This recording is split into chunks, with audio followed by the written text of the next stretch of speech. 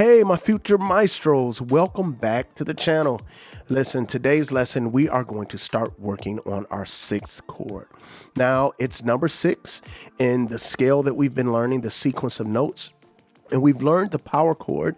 We even worked on it, a voicing, which had it built out in tenths. Now, if you don't know what I'm talking about, go back, follow some of the other lessons, and then you'll be able to jump back into this lesson and follow along. All right, so let's jump into it. Let's see our sixth chord.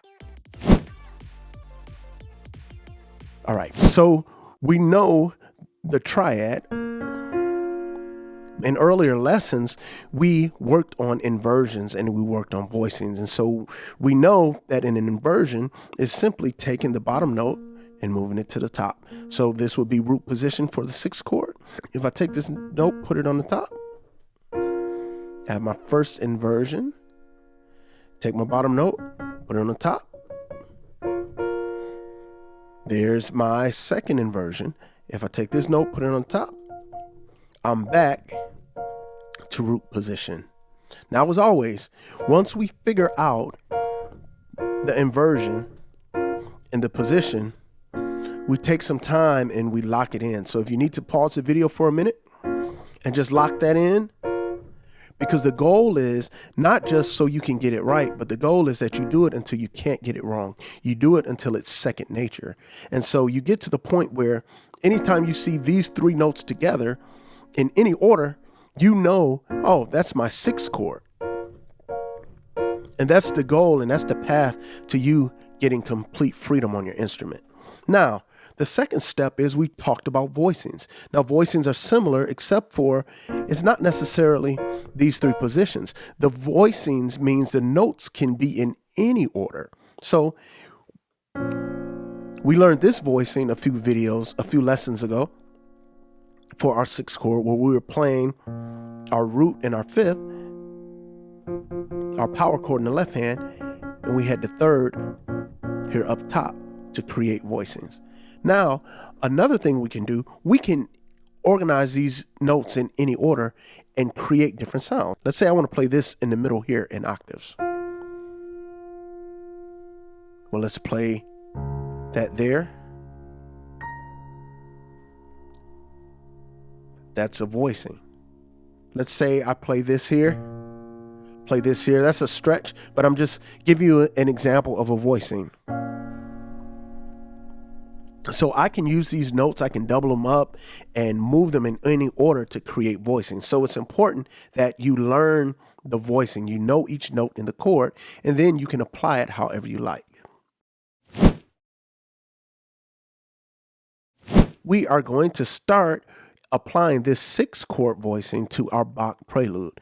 Now, up to this point, we've learned the first 8 measures.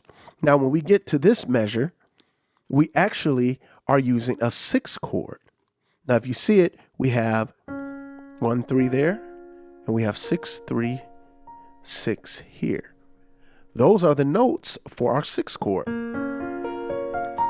If I play it all the way out, now just take notes away, I have that.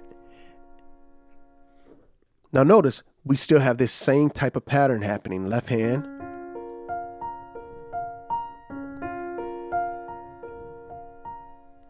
so that's our sixth chord. So our progression has gone from 1 to 2 to 5 and then to 6. Now, it's important to recognize that and know that, because that's what allows you to use it, to improvise, to apply it to different keys. As we get into letters and different things, all of that'll make so much more sense and you'll have complete freedom. So we'll play that sequence, play it a few times, get it under your hands. And now let's try our sequence from the beginning. So it'll sound like this. 2 chord, 5, back to 1, now our 6,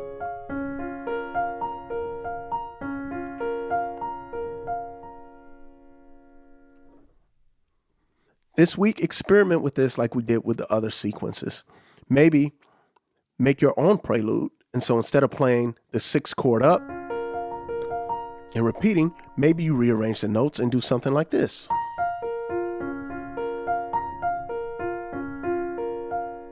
Or maybe you break them up like this.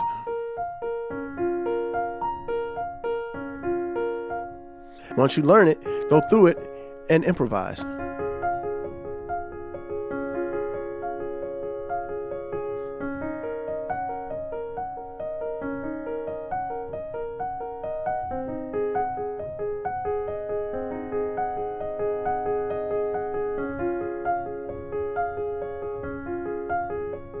Six.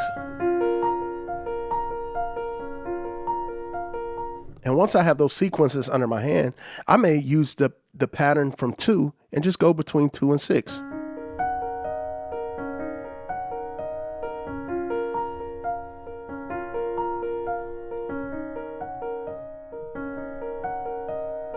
Back to 6.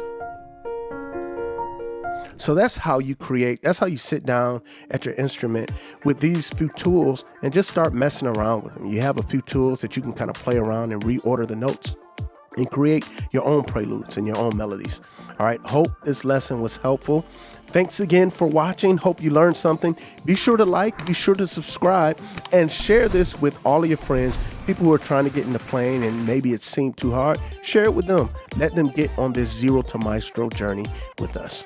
All right, see you in the next video.